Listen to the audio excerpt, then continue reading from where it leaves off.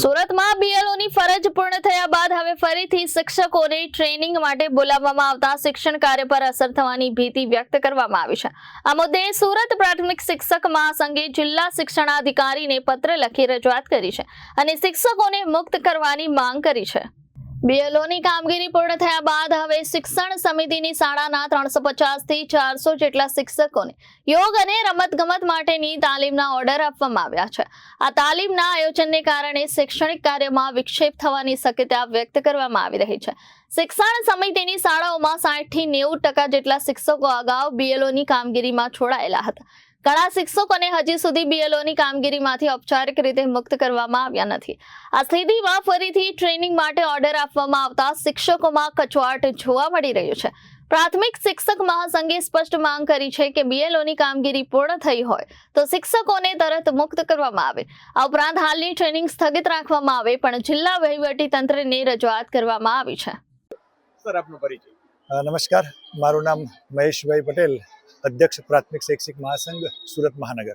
શું કહેજો, એક તરફ એસઆરએની કામગીરી ચાલી રહી છે, એવામાં એક નવો તાલીમનો કામ આવી રહ્યું છે, કઈ રીતે જોઈ રહ્યા છો?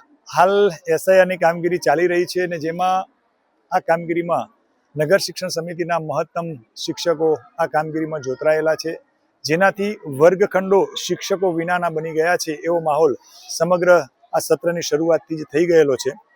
પરંતુ આ રાષ્ટ્રીય કામગીરી છે અને કામગીરીમાં દરેકે સહયોગ આપવો રહ્યો। અમારી રજૂઆતો અવારનવાર હતી, પરંતુ છતાં એક રાષ્ટ્રીય કામગીરીના નાતે અમે પણ એમાં સહભાગી થયા છીએ। પરંતુ જે કામગીરી અટકાવી શકાય એવી છે અને જે કામગીરી પાછળથી થઈ શકે એવી છે, એવી કામગીરી પણ એના સમય પ્રમાણે, શેડ્યુલ પ્રમાણે જો કરવા માગે છે, એ બાબત ખરેખર અમારી દ્રષ્ટિએ યોગ્ય નથી। એટલા માટે કે અત્યારે હાલ જે તાલીમ 2 દિવસ પહેલા પત્ર થયો અને ગઈકાલથી તાલીમ શરૂ થઈ છે યોગ અને રમતગમતની, એ તાલીમ ખરેખર એ તાલીમમાં 350 થી 450 શિક્ષકો નગર શિક્ષણ સમિતિના રોકાયેલા રહેશે, તો એટલા વર્ગખંડો પાછા ખાલી થશે। અત્યારે હાલ ઓલરેડી 60 થી 70% વર્ગખંડો ખાલી છે અને એમાં બીજા પાછા વધારો થશે, તો એનાથી બાળકોના શિક્ષણ કાર્યો ઉપર ખૂબ વિપરીત અસર પડી રહી છે।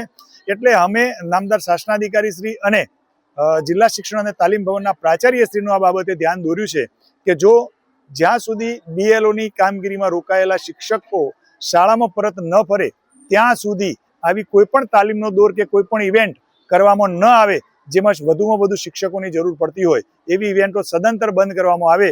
જ્યારે એસઆઈની કામગીરીમાંથી તમામ શિક્ષકો મુક્ત થાય એના પછી જે પણ કંઈ તાલીમના દોર છે કે જે પણ ઇવેન્ટો છે એ કરવામાં આવે તો શિક્ષણ ઉપર જે વિપરીત અસર પડી રહી છે એમાં કંઈક અંશે રાહત થાય એવી અમારી માગણીનો કાલે અમે પત્ર કર્યો છે અને બંને અધિકારીશ્રીનું કાલે અમે ધ્યાન દોર્યું છે। Reporter Arvind Rathod, Janadesh news, Surat.